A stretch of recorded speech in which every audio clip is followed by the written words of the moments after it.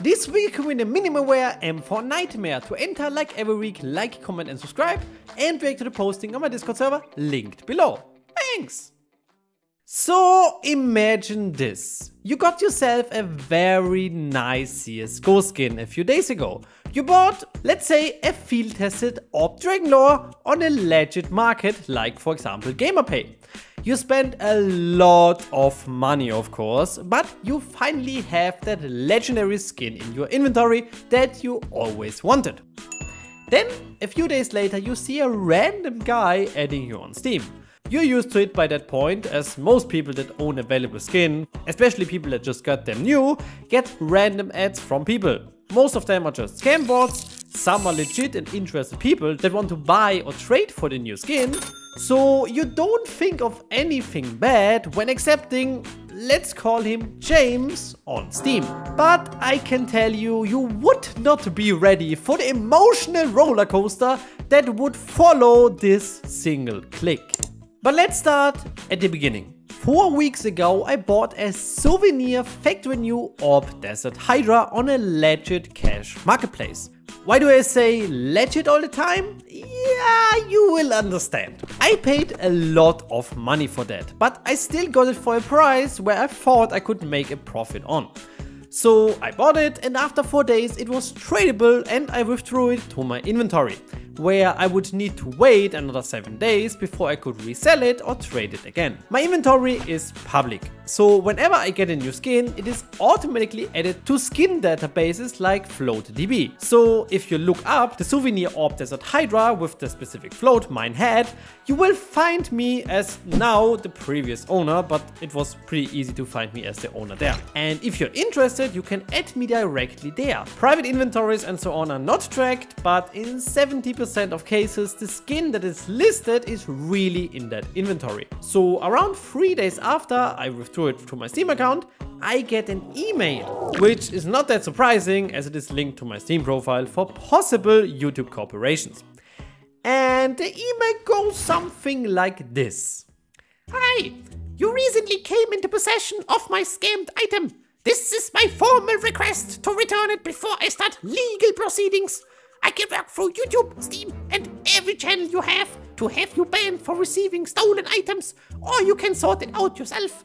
Clearly, you can see that a D-Market bot scammer received my items and now you have it. I would feel like kind of a dick for not just asking first before getting your huge ass inventory banned and working my way through your sponsors. Let me know, because I will be reaching out in the next 48 hours, starting with Skinport. After that, I'll work on your YouTube monetization, Patreon, Twitch, and then finally I just straight up sue you personally. I'm pretty sure the people sponsoring you don't like scammers or people who buy stolen items when it's pretty easy to see the trail of where they come from. Hopefully you can charge this back and send my shit back. I lost many skins to this shit bag, and I've just been waiting to see who receives it before sending lawyers and getting trade bans issued. Quite frankly, I am so fucking pissed and extremely willing to crush your online persona for this. Sincerely, James. Who? Yes, this was a real email I received, and this is not something you can just copy and paste. So an individual person really wrote that email and the following ones. Before we see how that nice start into a conversation ended, let's analyze his first message a bit. First, this is the definition of blackmailing, which, at least in my country, is a felony by itself. Second, start legal proceedings. Legally, Mr. James, you do not even own the skins in your inventory. They still belong to Valve, and Valve is the only legal instance that can decide whose right it is to have them in their game inventory or not. Third, I would feel like kind of a dick, he said, after blackmailing me. Fourth, 48 hours? Dude! I don't even check my emails once a week, so you're lucky I even saw it right in time.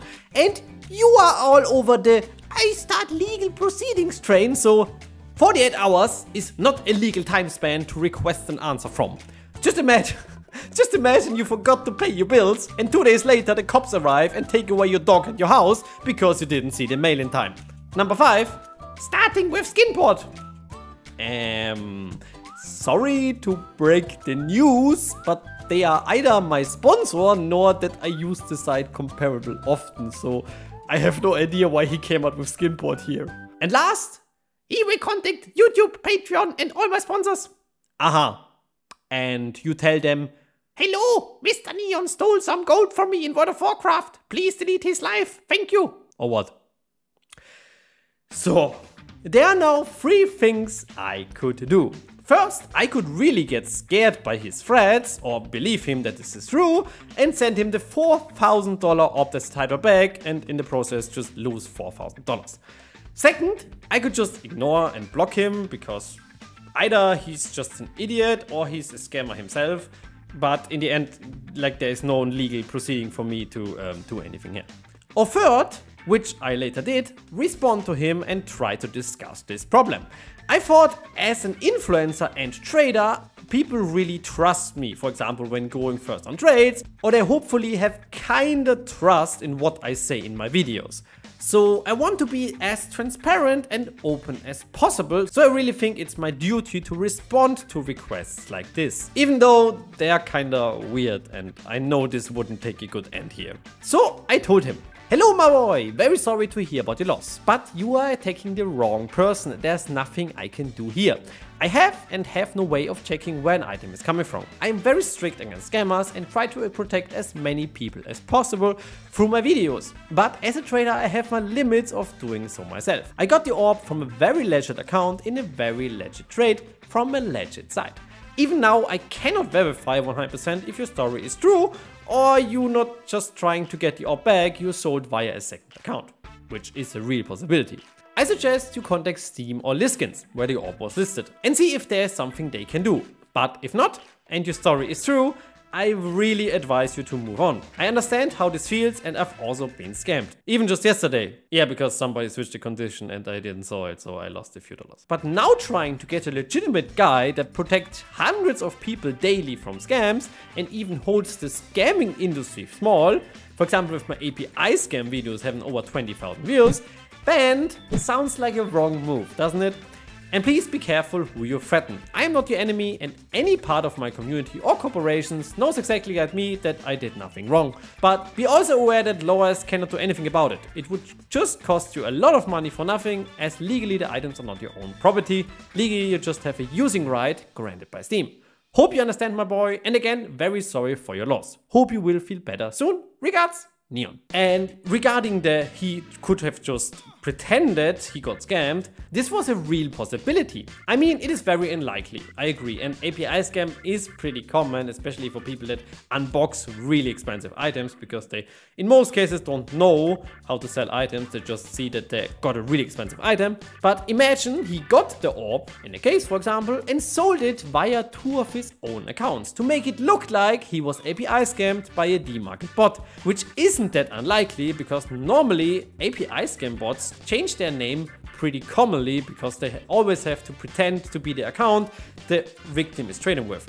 And the account he said scammed him is called Demarket since he wrote that email. So it just looks a little bit weird to me. So he could have done that just to send me this email then and get the money back with blackmailing me. And he can repeat this process because he could just resell the orb again and then go all the way around until somebody doesn't send it. So I further told him to contact the marketplace where he bought it and Steam to see if they can help him out. Like you heard, I also sent him some good words because I think in a situation like this, where Steam is sadly not doing anything, and Steam is, I think, the only instance and could really solve this problem because they really see what happened, but they don't do anything. So I think it's the best to try to accept that this happened, try to learn from it so you don't get scammed again, and protect the people around you that they don't get scammed, and try to get over it because it just feels really bad. But sadly, he did not have any eye for me trying to help him. He continued to call me bad names and now said that I'm doing cybercrime and he will get Interpol or the FBI to get my ass. Nice! I tried it another time and also warned him that I have a lawyer and will protect my business too, of course. And if he really wants to go that far, it will just cost him more time and more money. And then he sent me this. Now let's talk consequences. I just don't mean the feds or Interpol. Demonetization. If you're monetizing videos with sketchy content, you can say goodbye to that income right now. That's funny because YouTube is known for demonetizing all of my videos anyway. Even if I just sit in front of a wall for 1 hour, that's even sketchy content for them. Streaming bans. Platforms don't take kindly to shady dealings. Your streaming accounts will be shut down. Ooh, you really should not go onto Twitch or any CS2 live stream there. They definitely do not have any shady dealings that are technically against their terms of service, which they still allow and don't do anything against it. I've collected data on Twitch. This is the top 300 CSGO streamers since the beginning of this year, ranked by watch time. Out of 300, 226 are currently sponsored by at least one of them. Some have up to 5. Trade bans. Your trade accounts won't survive scrutiny from what you've already said. They'll get banned and your business will crumble. Your trade accounts? Do I have multiple ones? And now for the final part. This is a sweet one. Considering you just engaged in international smuggling, cybercrime, supporting terrorists? What?